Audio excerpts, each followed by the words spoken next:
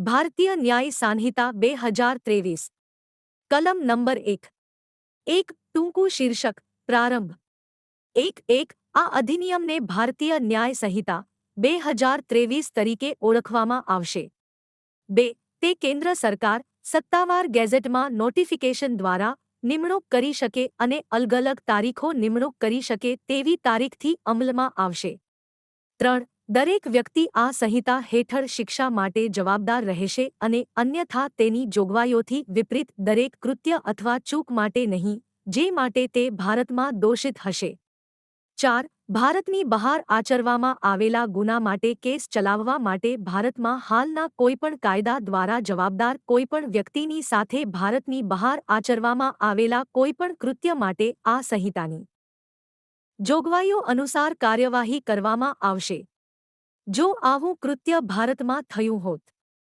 5 આ સંહિતાની જોગવાઈઓ દ્વારા કરવામાં આવેલા કોઈપણ ગુનાને પણ લાગુ પડશે ભારતની બહાર અને તેની બહાર કોઈપણ જગ્યાએ ભારતના કોઈપણ નાગરિક બી ભારતમાં નોંધાયેલ કોઈપણ જહાજ અથવા વિમાન પરની કોઈપણ વ્યક્તિ જ્યાં પણ હોય સી કોઈપણ વ્યક્તિ ભારતમાં સ્થિત કોમ્પ્યુટર સંસાધનને લક્ષ્ય બનાવવા માટે ભારત વગર અને તેની બહાર કોઈપણ જગ્યાએ ગુનો કરે છે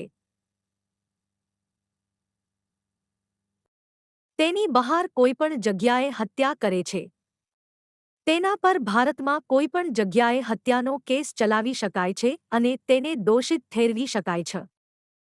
6 ભારત સરકારની સેવામાં અધિકારીઓ સૈનિકો ખલાસીઓ અથવા એરમેનના બળવા અને ત્યાગને સજા કરવા માટેના કોઈપણ કાયદાની જોગવાઈઓ અથવા કોઈ વિશેષ અથવા સ્થાનિક કાયદાની જોગવાઈઓને આ સંહિતામાં કંઈપણ અસર કરશે નહીં